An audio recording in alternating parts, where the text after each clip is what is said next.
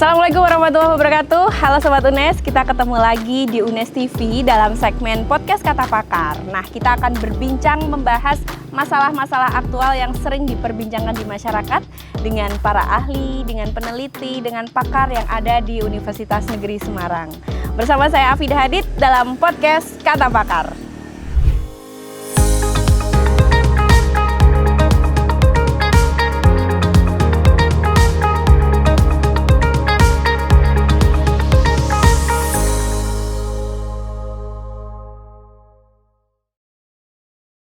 Sobat UNES semua, kali ini kita kedatangan tamu istimewa ini. Beliau adalah seorang dokter, seorang dosen juga di Universitas Negeri Semarang.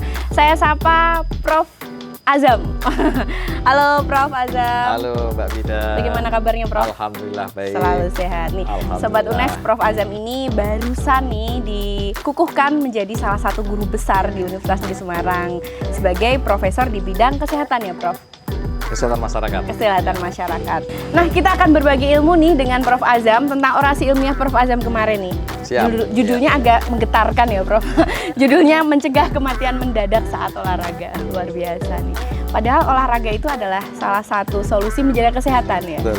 Tapi juga ada hal-hal yang perlu diperhatikan supaya tidak terjadi kematian mendadak. Iya. Oke, Prof. Azam sebelumnya mau disapa dulu Prof. Sobat UNES-nya Prof. Baik. Biar kenal lebih dekat. Siap, Sobat UNES. Selamat berjumpa kembali dengan saya di sini Azam. Ya, saya di UNES ini sudah cukup lama di jurusan Ilmu Kesehatan Masyarakat. Oke. Ya, di FIK Fakultas Ilmu Kedokteran Universitas Semarang. Luar biasa. Oke, Prof. Azam, kita ngobrol agak santai aja nih. Siap, oke. siap. Tentang penelitian Prof. Azam kemarin ya. Sebenarnya yang menjadi fokus terpenting dari penelitian yang Prof. Azam lakukan kemarin itu apa, Prof? Iya, jadi mungkin sesuai judul tadi ya, upaya-upaya pencegahan kejadian kematian jantung mendadak pada saat aktivitas olahraga. Ini memang agak ini ya, apa namanya?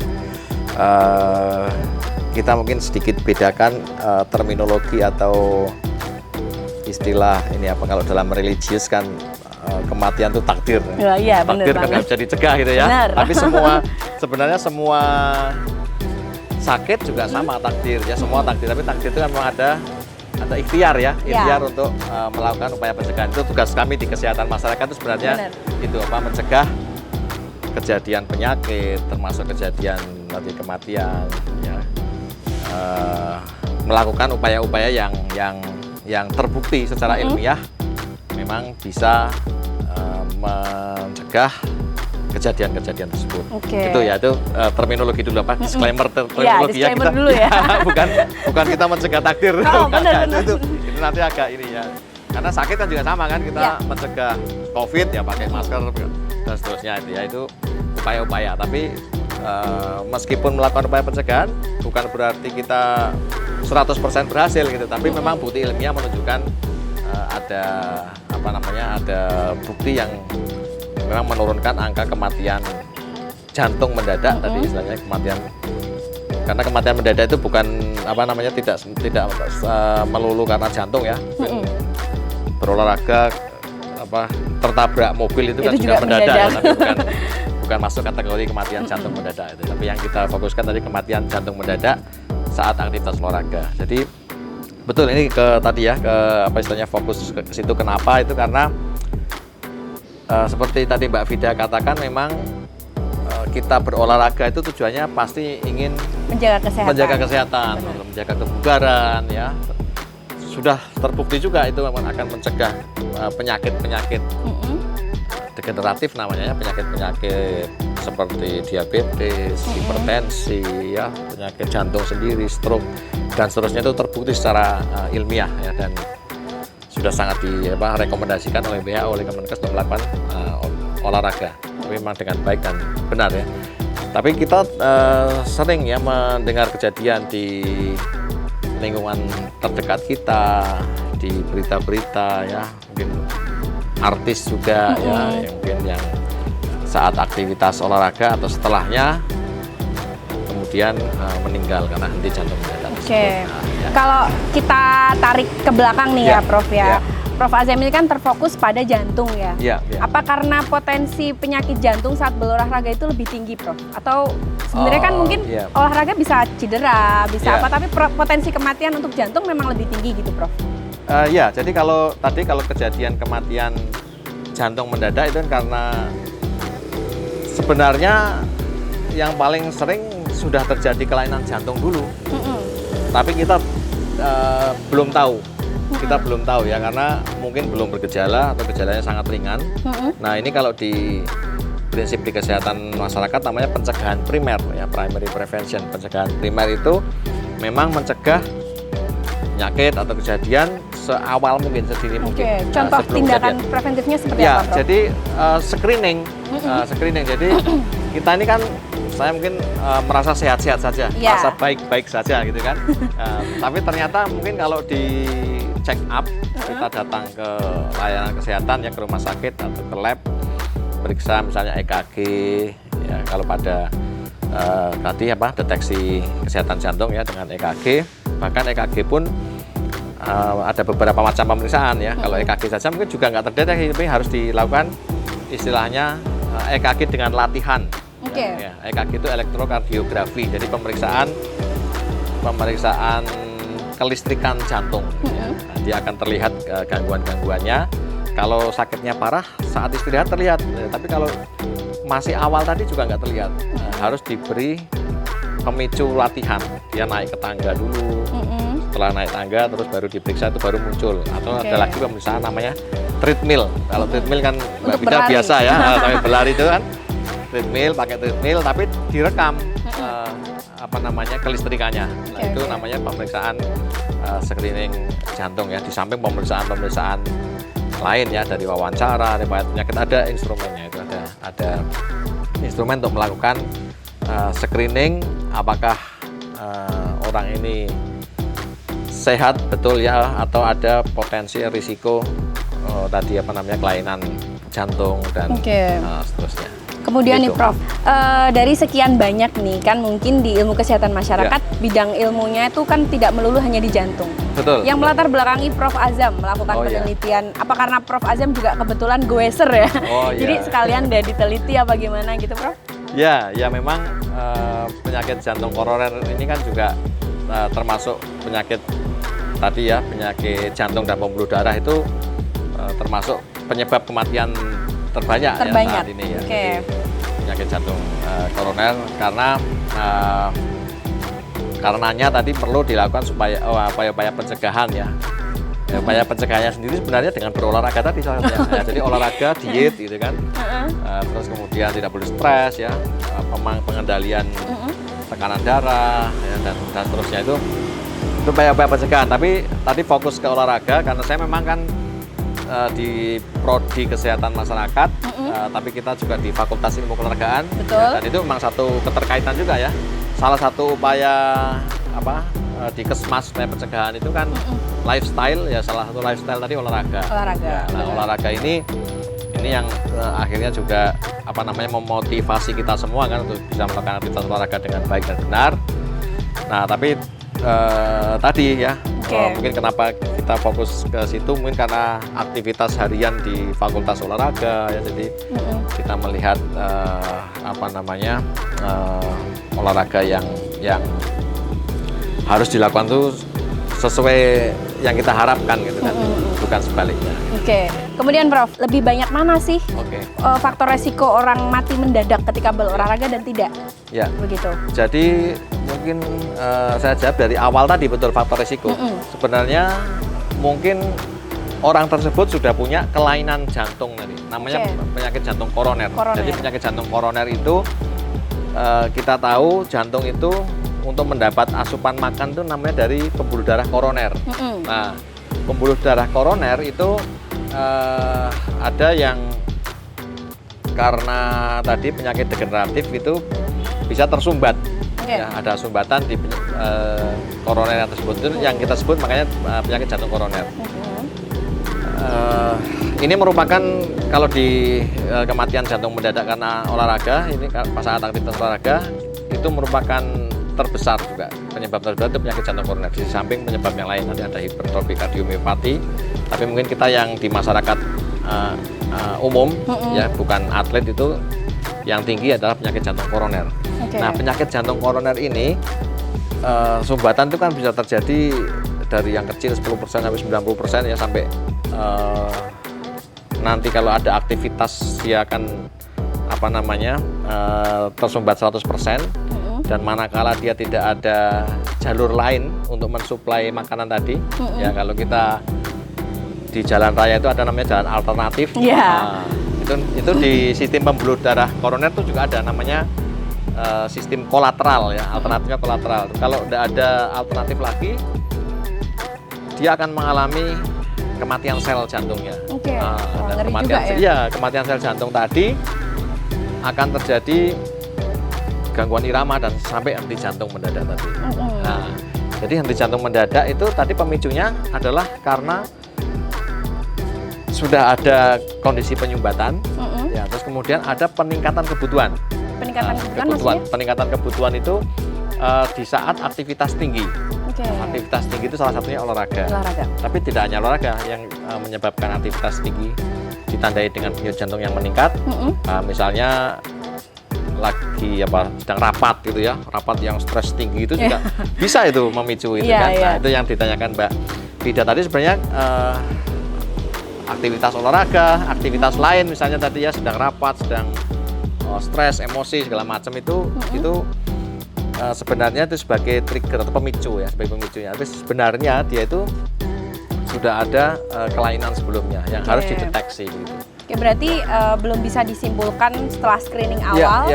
Ini orang ini tidak cocok untuk berolahraga, orang ini cocok, itu belum bisa disimpulkan juga ya? Kalau setelah screening misalnya diketahui ada gangguan ya, ada gangguan dari semacam screeningnya itu sebenarnya tadi tidak saya sebutkan secara lengkap, dari wawancara dulu, ada beberapa item gitu ya. Terus dari pemeriksaan fisik, ya nadinya, nadi istirahat dan seterusnya, dan macam pemeriksaan fisik, pemeriksaan laborat dan pemeriksaan penunjang. Pemeriksaan penunjang itu yang saya sebut misalnya tadi EKG dan macam-macam itu, ekokardiografi. Itu screening. Dari screening itu nanti diketahui harus direkomendasikan sesuai dengan keadaan. Kalau sehat betul ya udah nggak ada pembatasan. Semua olahraga boleh ya. Tapi kalau ada pembatasan tadi ya harus disesuaikan. Misalnya olahraga tapi kita pantau heart rate-nya, kita pantau. Sebenarnya kita semua olahraga juga harus memantau kondisi ya, heart rate, kondisi istilahnya, upaya ya, effort kita itu jangan sampai ngoyo gitu kan. Nah, dari yang sederhana itu ada istilahnya talk test ya, Mbak Vida mungkin seneng jogging ya atau lari ya. Kalau lari kecil sama temennya masih bisa ngobrol itu kan berarti masih ringan. Tapi kalau kita effortnya tinggi, sudah nggak bisa ngomong lagi kan, jadi nafasnya tersengal-sengal itu berarti sudah sudah ambang maksimal ya. Nah, itu salah satu yang mudah kita identifikasi. Di samping sekarang juga sudah banyak produk ini ya, heart rate ya, smartwatch yang memantau heart rate, tinggal dikasih alarm aja ya. Berarti kalau kita mau menggeluti suatu hobi olahraga gitu, alangkah baiknya mending kita screening dulu ya untuk upaya awal gitu ya, Bro. Ya, itu agak repot ya, Bro. Kalau betul, memang ada screening pra partisipasi itu ya itu. Jadi kalau yang benar-benar tidak pernah olahraga ya, apalagi tadi ya usianya sudah lanjut gitu. Biasanya kan usia lanjut datang ke dokter sudah ada diabetes, ada hipertensi, itu kan dokter misalnya penyakit dalam menyarankan olahraga gitu ya, tapi mungkin belum dijelaskan secara detail gitu kan. Setelah pulang mungkin hanya langsung olahraga itu kan kurang baik ya, terutama pada tadi usia-usia yang rentan ya, karena usia semakin lanjut itu kan semakin tinggi. Batasan usia berapa, Prof? Yang Profesor sampaikan? Ya kalau kemarin kalau kita studi kematian mendadak jantung itu memang di atas usia 40, tapi kalau penyakit degeneratif mungkin sekitar 55 ke atas. Gitu ya. Kemudian nih Prof, ada resiko khusus nggak sih Prof untuk pria atau wanita gitu? Atau sama aja, yang penting kita lihat dari penyakit degeneratifnya itu tadi? Iya, kalau pada aktivitas olahraga kematian jantung mendadak malah banyak pada laki-laki memang ya. Oh, malah cenderung laki-laki ya, karena mungkin laki-laki ya mungkin sama sih ya, sama-sama aktif, tapi memang faktanya tadi banyak laki-laki. Terus memang kalau pada tadi yang terkait dengan risiko pembuluh darah dan jantung ya, kardiovaskuler itu kalau pada wanita memang biasanya setelah usia menopause baru meningkat ya ini namanya risikonya. Kalau sebelum menopause risikonya lebih kecil daripada laki-laki juga. Ya, itu. Boleh nggak Prof ini diberikan contoh langsung nih ya, olahraga yang aman nih Prof untuk usia-usia yang tadi Prof sebutkan, usia non produktif gitu. Oh ya, usia lanjut gitu ya? Ya prinsipnya sih prinsipnya kalau usia lanjut mungkin sudah agak ini juga ya, agak complicated ya, kita harus melakukan pendekatan yang lain, misalnya ada nggak masalah persendian gitu kan juga ya. Terus kalau yang fokus dengan diskusi kita tentang kematian jantung mendadak ya, mungkin yang paling utama istilahnya aktivitas olahraga yang aerobik ya, yang aerobik. Kardio gitu ya? Ya, kardio. Jadi aktivitas olahraga yang ini tidak ada komponen anaerobiknya. Kalau permainan biasanya misalnya tenis gitu ya kan masih ngejar bola sprint itu kan, nah itu masih ada risiko ini. Tapi kalau misalnya jalan sehat ya, itu masih aman lah ya. Tapi kalau laki-laki kalau sudah tadi terbiasa, terlatih dan kita terkontrol ya bisa di ini ada. Tapi kalau assessment awal tadi ya, misalnya yang baru mau melakukan aktivitas olahraga mesti berawal dari yang paling aman dulu ya. Nah, terus kalau ada masalah sendi mungkin ya, kalau lari juga terganggu juga, mungkin lebih baik lagi mungkin berenang gitu kan. Oke, lebih aman ya. Ya lebih tidak mengganggu persendian, atau mungkin kalau lari atau jalan itu langsung beban tubuh itu di kaki itu mungkin kita alihkan dengan alat misalnya bersepeda. Oke. Kemudian Prof, apa saja sih hal-hal yang harus diperhatikan ini supaya mengurangi resiko kematian mendadak saat berolahraga?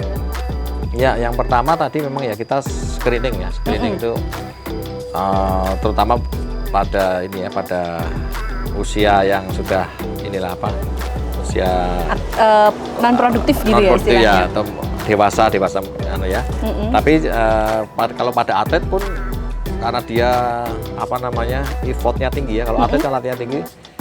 Kalau pada atlet semuanya, dan semua atlet itu memang dilakukan screening juga. Dari screening. Usia belia pun ya. Ya, apakah dia ada kelainan jantung ya, bahkan dengan pemeriksaan yang lebih kompleks ya, namanya ekokardiografi dan seterusnya. Itu di studi juga memang membuktikan dulu sebelum ya tahun 70-an itu belum ada screening atlet, itu kejadian kematian jantung mendadak pada atlet tinggi sekali. Tapi begitu diterapkan sekarang udah sangat diturunkan, sangat tajam gitu. Itu ya. Terus kemudian screening ya itu sebenarnya tidak hanya untuk ini ya, kalau check up itu kan semua ya, pada semua orang perlulah kita melakukan check up. Terus yang kedua ya melakukan olahraga tadi dengan ini ya, dengan baik dan benar sesuai proporsinya. Tadi kalau saya saya contohkan yang sederhana tadi ada misalnya tes bicara tadi ya. Oh, ada tes bicara ya, juga? masih tadi talk test itu yang tadi kalau kita pas lari terengah-engah nggak bisa ngomong itu kan berarti sudah warning tinggi ya, sudah warning. Tapi kalau masih bisa ngobrol dengan partnernya itu kan masih aman. Itu yang intensitas ya. Di samping tadi ada intensitas dengan heart rate, dengan denyut nadi ya, dengan denyut nadi yang aman untuk kita saat berolahraga itu di ambang berapa, Prof? Kalau secara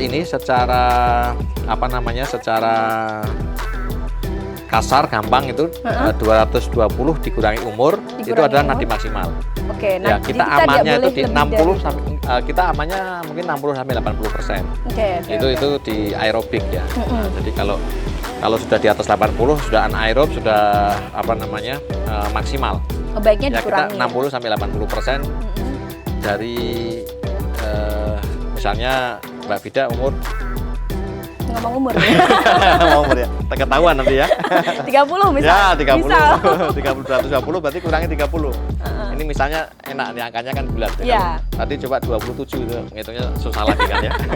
Jadi Jadi gimana 220 kurangi 30, ya kan 190 ya. 190 ya. itu kita amannya ya di 60 sampai 80% gitu lah. Oke. Jadi lebih dari itu, misal lagi jogging ya dikurangi dulu atau Betul. kita berhenti Ya, dulu. diturunkan gitu intensitasnya. Oke, Kalau oke, jogging berarti oke. kan kenceng gitu kan. Berarti kita agak santai kan. Santai. Ya, kalau jalan cepat ya dikurangi kecepatannya, itu pasti akan turun dengan sendiri. Kalau langsung langsung berhenti gitu malah jangan ya, Prof? Atau Ya, perlahan ya gitu? tetap ada inilah apa namanya, bertahap kan ya. Semuanya mesti cooling down ya. Ya, cooling ada down. cooling down, ada warming up juga, tadi nggak langsung 60% juga. Kita warming up dari 40%, dari sekian persen sampai ke itu yang saya sebutkan tadi, nadi exercise, nadi saat peaknya gitu ya, saat peaknya di 60-80% itu yang paling gampang. Nanti kalau yang lebih complicated lagi, kalau yang sudah biasa terlatih, ada namanya heart rate istirahat dan seterusnya, itu lebih kompleks. Itu yang paling gampang dari 220 kurangi umur. Oke, nih dari tadi kita ngomonginnya agak berat nih, Prof. Ya, Sekarang gitu kita ya. ngomongin ini aja, Prof. Solusi dan upaya penanganan. Iya. Biar nggak terlalu menggetarkan Betul. nih Sobat Unes semuanya. Ya, sebenarnya kalau fokus kita ke tadi kematian jantung mendadak itu ada beberapa hal sih yang memang ini ya harus kita upayakan. Jadi yang pertama, kalau kejadian kematian atau henti jantung mendadak itu kan pasti, apalagi kalau kita kaitkan dengan aktivitas olahraga, pasti di lapangan. Iya, di luar Di lapangan, ya. di luar. Ya biasanya jauh dari rumah sakit. Bener ya, banget. Dari rumah sakit. Kecuali senam di rumah sakit itu ya pas Dan itu jarang kebetulan. sekali ya, Bro. Ya ada juga mungkin pas event HUT rumah sakit itu senam bersama ya. Tapi tadi kan kita biasanya di lapangan yang jauh dari fasilitas kesehatan, sehingga memang keberhasilan pertolongan itu bukan bergantung pada fasilitas kesehatan, bukan bergantung pada perawat, dokter, tenaga kesehatan ya, tapi pada orang di sekitar kita. Oke, berarti kita bisa berkontribusi ya, Prof? Pasti ya, untuk mengurangi berkontribusi, betul. tingginya kematian mendadak. Iya, betul. Ya karena kalau kita lihat gitu ya, di negara-negara maju ya yang sudah menerapkan tadi pelatihan itu namanya resusitasi jantung paru gitu ya, atau cardiopulmonary resuscitation RCP itu kalau ada kejadian memberi pertolongannya sudah betul itu. Ya. Gimana, Prof, itu langkah-langkahnya? Jadi ya langkah pemijatan jantung ya. CPR ya. betul. Kalau di browsing di YouTube mungkin ya, itu kejadian di Itaewon yang kemarin kita tahu pas Halloween itu sudah dilakukan itu CPR. Itu bayangkan kalau nggak dilakukan itu mungkin banyak lagi korbannya, lebih banyak lagi. Tapi kan itu mungkin jumlah orang yang bisa CPR dengan ini lebih tidak lebih banyak daripada kita. Mungkin saya pernah melihat juga video di aktivitas olahraga gitu, bahkan di pertandingan itu tidak bisa memberi pertolongan gitu ya. Jadi hanya yang mestinya kalau pertandingan itu malah sudah wajib harus ada tenaga medis kalau itu ya, tenaga kesehatan itu wajib ada ambulan, tenaga kesehatan itu kalau pertandingan ya. Tapi kalau tadi kejadian yang banyak juga teman-teman saya mengalami ya, misalnya naik sepeda di Gombel gitu, terus tanjakan kan itu kan, terus henti jantung di situ tanpa bisa tertolong karena tadi nggak ada orang yang mempunyai pengetahuan ya, dan keterampilan itu memang itu ada pelatihannya, memang pelatihannya dan harus diupdate terus ya. Kalau di kita mungkin kalau di UNES sih sudah ada KSR tuh, Korps Sukarela itu ya. Nah, itu proporsi sekian mahasiswa itu juga mungkin sudah agak ideal lah, itu kan cukup banyak ya. Tapi mungkin yang dosen, pendik semua itu juga mestinya juga perlu ada pelatihan itu kita, ya. Sudah ada mungkin, tapi mungkin pelatihannya yang tersistematis, yang semacam ada certified ya, artinya harus dilakukan uji berulang kali gitu. Karena kalau kita kita kan nggak berharap ini ya. Ada itu terjadi ya. Ya. Itu terjadi. Tapi kalau suatu saat terjadi kita bisa memberi pertolongan. Jadi yang pertama tadi itu ya CPR. Terus yang kedua memang rangkaian CPR tadi kan, kalau ada kejadian itu pasti kita tetap minta tolong tenaga medis ya profesional untuk segera datang. Tapi selama menunggu datang itu kan kita memberi pertolongan pertama tadi ya. Pertolongan pertama dengan tadi CPR, pijat jantung itu ya. Pijat jantung, terus kemudian lanjutannya tadi apa dengan automatic defibrillator itu, eksternal defibrillator itu. AID. Kejut. AID ya, AID itu kalau di UGD kan dia tahu ya apa diberi tegangan kejut itu ya. Oke, itu kalau CPR-nya gagal ya atau langsung pakai itu nggak apa-apa? Pakai itu nggak apa-apa, dia mendeteksi. Alatnya itu mendeteksi. Ya? Dia perlu atau enggak, jadi dia akan kalau terganggu irama jantungnya sehingga dia memerlukan AED tadi, si alat itu akan mendeteksi dia. Dia akan mendeteksi kalau dia mau memerlukan, sehingga kita diminta minggir semua, kita nggak boleh menyentuh itu karena itu tegangan tinggi. Kalau kita menyentuh pasiennya, kita ikut kesetrum nanti. Jadi harus clear ya, nanti ada statusnya. Makanya itu memang harus dilakukan oleh orang yang terlatih. Orang yang terlatih itu bukan harus tenaga kesehatan, tapi orang yang terlatih. Bisa semua saja yang asal dilatih itu bisa mengerjakan. Tapi memang harus dilatih. Memang harus tersedia alat-alat semacam itu ya, Prof ya, untuk di area olahraga. Di area olahraga, di area umum ya. Ya kalau kita di bandara, di mall-mall itu ya, kalau ke Paragon kemana itu sudah ada juga itu, sudah ada alat AED itu ya. Sampai ke tempat-tempat yang mungkin banyak kerumunan ya, misalnya di Simpang 5 itu harusnya, saya nggak tahu kalau Simpang 5 sebenarnya belum ada nih kalau belum ada. Ya. Ada area publik ya, area itu publik ya. Itu harusnya ada juga di area publik itu yang udah diakses. Biasanya kalau orang yang dilatih itu tahu kan, kalau orang dilatih tempat-tempat umum yang kita lihat ya mesti gitu. Kalau saya ke bandara juga itu ini ada AED di sini. Kita harus identifikasi manakala suatu saat ada kejadian. Iya. Sama satu lagi mungkin ya Prof. Bergabunglah dengan klub olahraga yang ada dokternya. Oh gitu ya. Iya kan lebih aman. Kalau klub olahraga saya lengkap ya, saya klub sepeda saya itu. Tapi nanti kalau saya ceritain malah jadi takut lagi ya. Jadi ada dokternya, ada ustadznya, ada pendetanya ya. Jadi malah takut kan. Jadi lengkap ya, lengkap ada segala macam, karena olahraga itu menyatukan semua profesi ya, sampai anggota dewan, klub saya klub sepeda saya. Cukup lengkap ya. Jauh lebih aman ya Prof, bergabung dengan klub yang ada dokternya, ada profesi lain yang bisa menolong kita nanti kalau ada hal yang tidak diinginkan. Baik Prof, harapan ke depan nih Prof, apa kira-kira Prof? Ya tadi ya, harapan ke depan memang kita meningkatkan angka kesadaran dan partisipasi olahraga ya. Kita sudah cukup bagus sih kalau di studi itu 30-40% lah warga Indonesia ya yang sudah berpartisipasi olahraga, tapi harapannya juga tadi melakukan dengan baik, benar ya, terus kemudian teratur terukur ya. Teratur terukur. Ya. Teratur itu rutin begitu? Ya, teratur itu rutin memang. Ya, kadang-kadang saya sendiri juga belum bisa mempraktekkan dengan baik ya, karena ini kesibukan ya, mau sepedaan pagi-pagi, Mbak Vida ini harus podcast dulu. Jadi ini milih podcast sama milih sepedaan itu kan. Akhirnya milih podcastnya, sepedaannya jadi gagal. Itu jadi nggak teratur namanya, itu nggak baik ya. Jadi memang harus teratur ya, teratur. Nah, terukurnya tadi ya, yang paling sederhana kalau nggak pakai alat ya tadi ya, ada persepsi upaya kita itu ada dua sih tadi ya. Yang satu tadi dengan tes bicara tadi ya.